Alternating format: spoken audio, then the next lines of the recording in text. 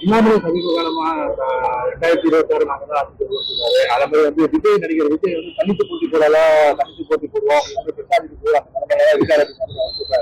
அதெல்லாம் ஒரு வருஷம் இருக்கு. அடுத்த மார்ச் தான் அதெல்லாம் ஒரு தெளிவு வரும். ஆனா அரசியல் கட்சின்னு யார் ஆரம்பித்தாலும் நாங்க தேர்தலில் போட்டுட்டா நாங்க வெற்றி பெற போறோம், ஆட்சி அமைக்க போறோம்னு சொல்றாங்க. சீமான் கூட தானே சொல்றாரு ஆட்சி அமைக்க போறோம்.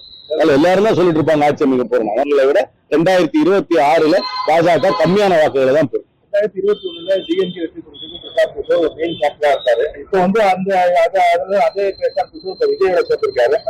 நான் 29 வருஷமா அரசியல் இருக்கேன். 96ல இருந்து நான் தெளிவா சொல்றேன். எந்த ஒரு கன்சல்டன்ட்டும் எந்த ஒரு கட்சியும் ஜெயிக்க வைக்க முடியாது. அப்படியே ஒரு கன்சல்டன்ட் வந்து கட்சியை ஜெயிக்க வைக்க முடியுமா? அவரே ஒரு கட்சியை தொடங்கி இருக்காரு, அதை முதல்ல ஜெயிக்க வைக்க சொல்லுங்க. அரசியல் ரீதியாக தான் வெற்றி தோல்வி நிர்ணயம் ஆகிறதே தவிர யார் அதுக்கு ஆலோசகராக வருகிறார்கள் என்பது வெற்றி தோல்வியை நிர்ணயம் செய்யவே செய்யாது. என்ன காரணத்துக்காக அவர் வந்து தொழில் செய்யறாருங்க. தொழில் அது ஹையர் கன்சல்டன்ட் யார் ஹையர் பண்றாங்களோ அவங்களுக்கு அவங்க செய்வாங்க, அவ்வளவுதானே.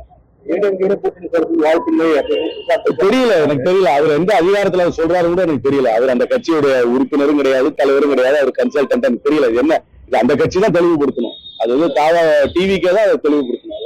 எப்படி இன்னொருத்தர் வெளியே இருக்கிறத பத்தி இதை பத்தி எப்படி தெளிவுபடுத்த முடியும்?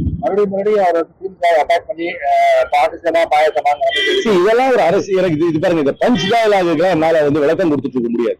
பாலிடிக்ஸ்ன்றது ஒரு சீரியஸான விஷயம்.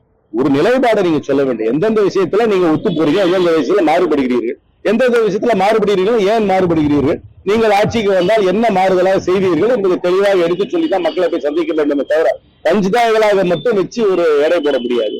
அதெல்லாம் மேடைக்கு ஒரு ரீல்ஸ் போடுறதுக்கான நல்லா இருக்கும்.